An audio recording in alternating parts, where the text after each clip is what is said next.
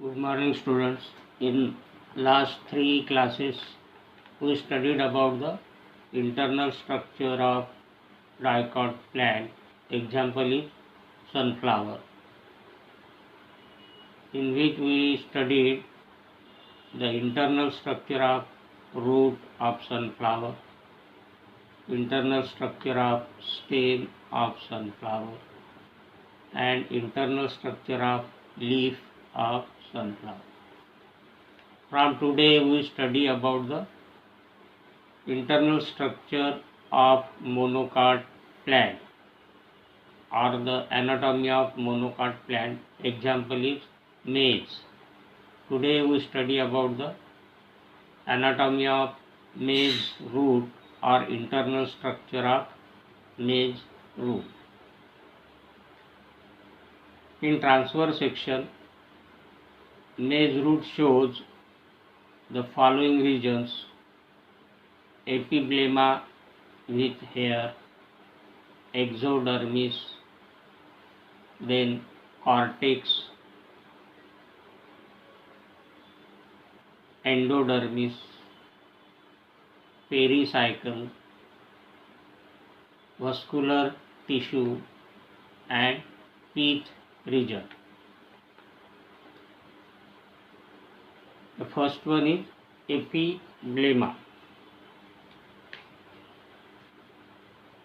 In case of root, the outermost layer it is called as epiblema instead of epidermis, while in case of stem, the outermost protective layer is called as epidermis. So as we study about the maize root, the outermost layer is called as epiblema. It consists of a single layer of thin-walled cells. The cells of epiblema are tightly joined with each other and contain numerous tubular unicellular root hairs.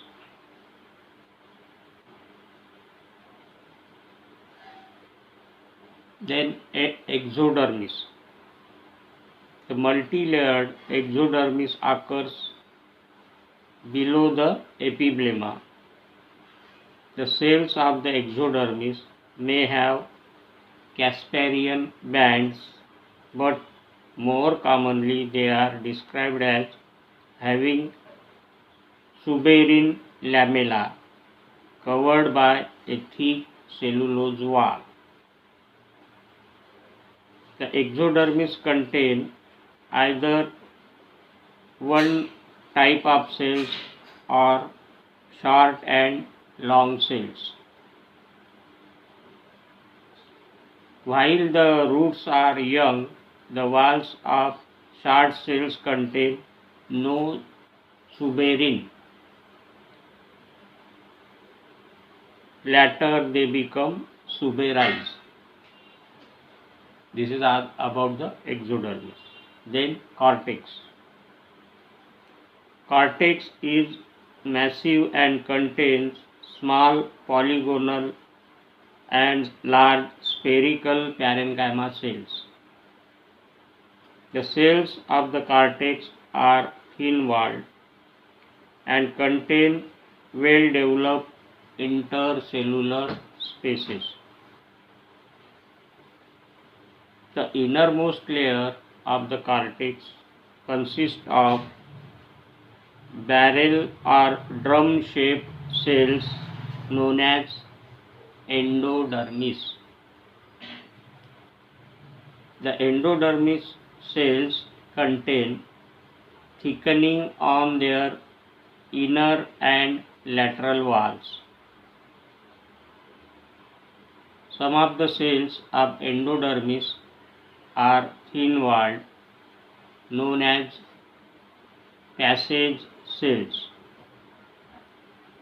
Mostly they are present opposite to the protoxylem element. Then pericycle. It is single layered and consists of thin-walled cells which are compactly arranged. The pericycle lies just below the endodermis surrounding the vascular tissue. Then vascular tissue. The xylem and phloem strands are many, that is polyarch condition, and arranged separately on different radii alternating with each other. The xylem contains large metaxylem vessels lying towards the center of the axis, while small protoxylem vessels lying towards the periphery or outside, and therefore called as exarch xylem. The phloem strands are very small in comparison to the xylem strands. Both xylem and phloem strands are separated from each other by thin-walled parenchymatous cells, which is called as conjunctive tissue. Means the vascular bundles in root, they are in polyarch condition and radially arranged. Means xylem and phloem groups are present on separate radius of the axis,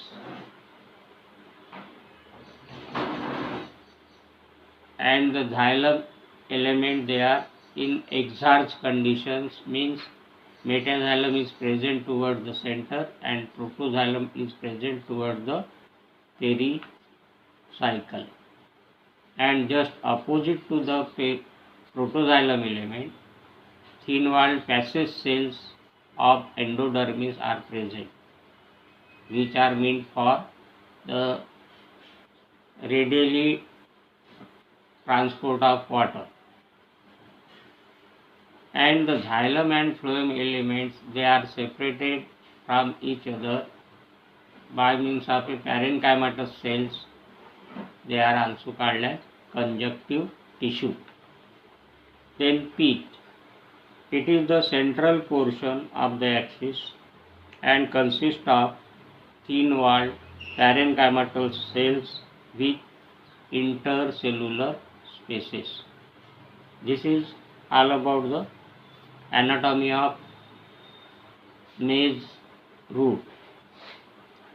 Means in maize root, internally it shows epiblema, exodermis, cortex, endodermis, pericycle, vascular tissue and teeth region.